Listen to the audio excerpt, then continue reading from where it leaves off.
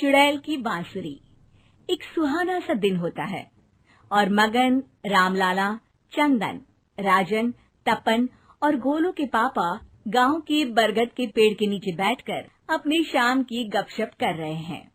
अरे रामलाला और चंदन, तुम्हारी फसल कैसी चल रही है इस साल? अरे बंधु क्या बताएं, बारिश ने तो परेशान कर रखा है। सही बात, बारिश की कमी ने दिमाग खराब कर दिया है। सरपंच गांव वालों के लिए एक खबर लेकर आता है। अच्छा मेरे गांव के भाइयों, सुनो जरा। हमारी सरकार ने किसानों के लिए शहर में एक सेमिनार का आयोजन किया है, जिसमें वो खेतों के बारे में और भी कुछ जानकारी देंगे। तो मुझे लगता है कि हमें वहां जाना चाहिए। सरपंच जी, मेरे खेतों में कीड़ों ने परेशान कर दिया है, उसके लिए कुछ जानकारी मिलेगी क्या? बिल्कुल, तुम्हारे खेतों के बारे में तुम्हें सारी जानकारी देंगे वो लोग। तुम तीनों को जाना चाहिए, बहुत फायदा होगा तुम्हें उससे। ये कहकर सरपंच वहाँ से चला जाता है और तीनों सोचते हैं कि वो शाम के वक्त मैदान पर मिलेंगे और वहीं से रवाना हो जाएंगे। तीनों दोस्त मैदान पर मिलते हैं और जैसे ही निकलना शुरू करते हैं तभी एक बांसुरी की आवाज सुनकर वो भी उसी ओर सम्मोहित स्थिति में चलना शुरू कर देते हैं। कुछ बच्चे हर बार की तरह अपना दोपहर का फुटबॉल का गेम खेल रहे हैं।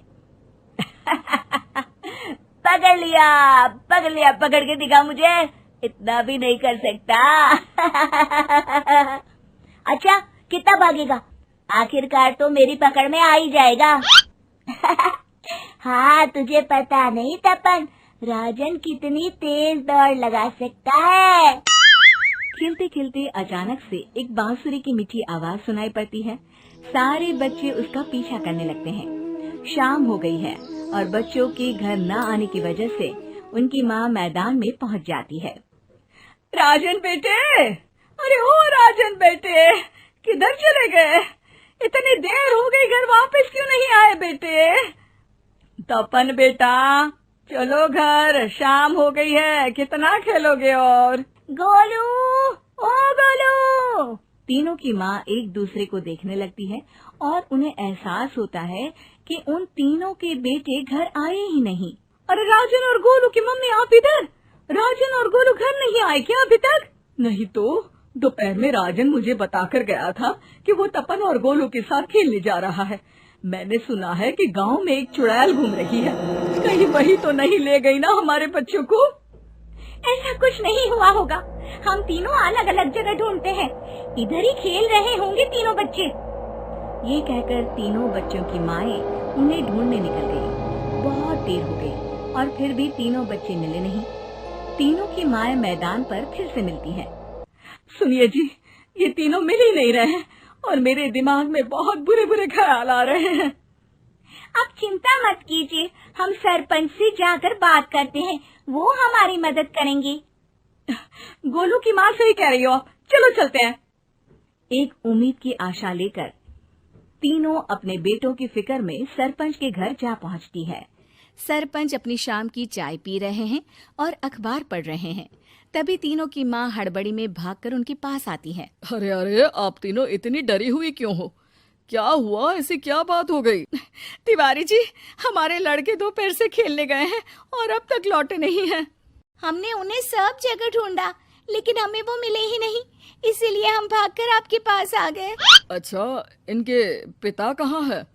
ये कुछ काम के लिए शहर गए हैं, इसीलिए हम भागकर आपके पास आए हैं। हाँ, मैं उसके बारे में भूल ही गया था।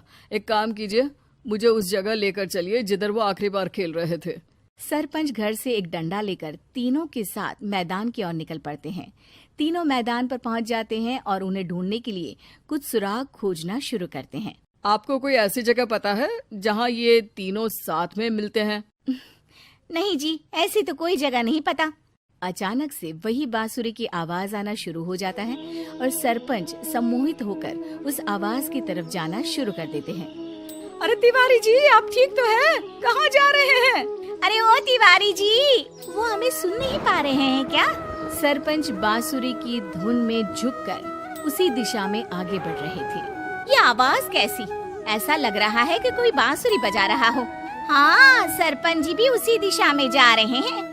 सरपंच का पीछा कर तीनों मैदान के टूटे हुए बंगले पर पहुंच गए और सरपंच के पीछे दरवाजे के अंदर घुस गए।